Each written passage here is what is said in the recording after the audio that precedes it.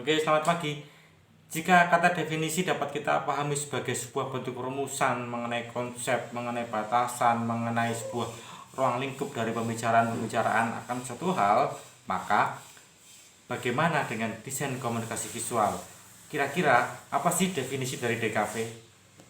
Dalam kesempatan kali ini saya ingin coba berbagi perspektif mengenai definisi dalam desain komunikasi visual. Dalam perspektif saya, desain komunikasi visual dapat dipahami sebagai bentuk alih gagasan maupun alih media, dari yang lisan ke yang visual, dari yang audio ke yang visual, dari yang tekstual ke yang visual, maupun dari visual ke bentuk visual yang lain. Contohnya seperti ini. Kalau dalam yang lisan ke yang visual, misalnya ketika teman-teman mendengar cerita dari teman yang lain, mendengar cerita dari orang lain, atau ketika sedang mendengarkan dongeng, lalu dalam pikiran kita terbentuk sebuah imaji, lalu teman-teman menggambarkan, ilustrasikan. Nah, disitulah yang disebut sebagai alih gagasan atau alih media dari yang lisan ke yang visual. Lalu bagaimana dari yang tekstual ke yang visual? Nah, dalam hal ini misalnya ketika teman-teman sedang membaca cerita, membaca brief dari klien, membaca sebuah hasil reportase, terus kalian gambarkan dalam bentuk animasi, kalian visualkan dalam bentuk ilustrasi, disitulah alih gagasan maupun alih media dari yang tekstual ke yang visual. Lalu kalau dari yang visual ke bentuk visual yang lain, ya misalnya ada sebuah komik terus kalian bikin motion, misalnya ada foto terus kalian bikin iklan, itu alih gagasan, alih media dari fotografi ke iklan, dari komik ke motion misalnya. Itu sebuah contoh yang sederhana. Nah, berikutnya yang perlu kita pahami adalah kata kunci di sini. Kata kunci yang perlu kita pegang erat-erat dan perlu kita pahami adalah kata kunci visual.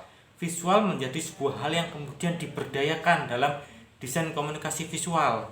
Visual di sini menjadi medium dalam menghantarkan pesan, menghubungkan antara komunikator dan komunikan, menghubungkan antara produsen dan konsumen. Di situ ada medium. Nah, mediumnya berupa visual. Visual tadi bentuknya apa? Ya seperti yang saya sebutkan tadi. Nah, dilihat dari tujuannya, media-media dalam DKV, bentuk-bentuk visual dalam DKV, kita bisa melihat secara jelas tujuannya bisa kita petakan. Dia sebagai media pembelajaran, dia bisa bentuknya sebagai media kritik, dia bisa sebagai media hiburan, media informasi, media promosi, dan juga bisa menjadi sebuah media kampanye. Tentu saja kita bisa memetakan lebih lanjut dilihat dari bentuknya. Bentuknya bisa tekstual dan visual, komik misalnya, ada visualnya, ada tekstualnya. Kemudian bisa juga audio visual, ya seperti teman-teman melihat di televisi, melihat di YouTube, di audio dan ada visualnya.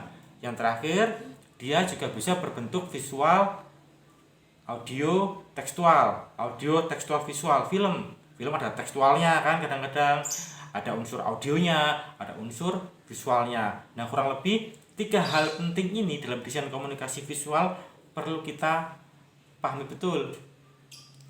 Perihal definisi tadi, definisi bukan sesuatu hal yang terus kita yakini secara umum.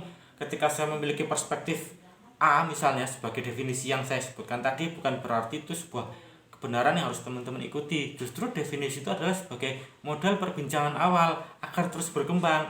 Mengingat materi visual dalam desain komunikasi visual, bentuk-bentuk dalam desain komunikasi visual itu terus berkembang. Teknologi berkembang, aspek visual berkembang, maka definisi pun akan terus berkembang. Jika saat ini saya mengatakan definisi dalam desain komunikasi visual adalah alih gagasan dan alih media dengan beberapa bentuk yang tadi saya sebutkan, mungkin beberapa tahun ke depan bentuknya akan semakin beragam dan bertambah.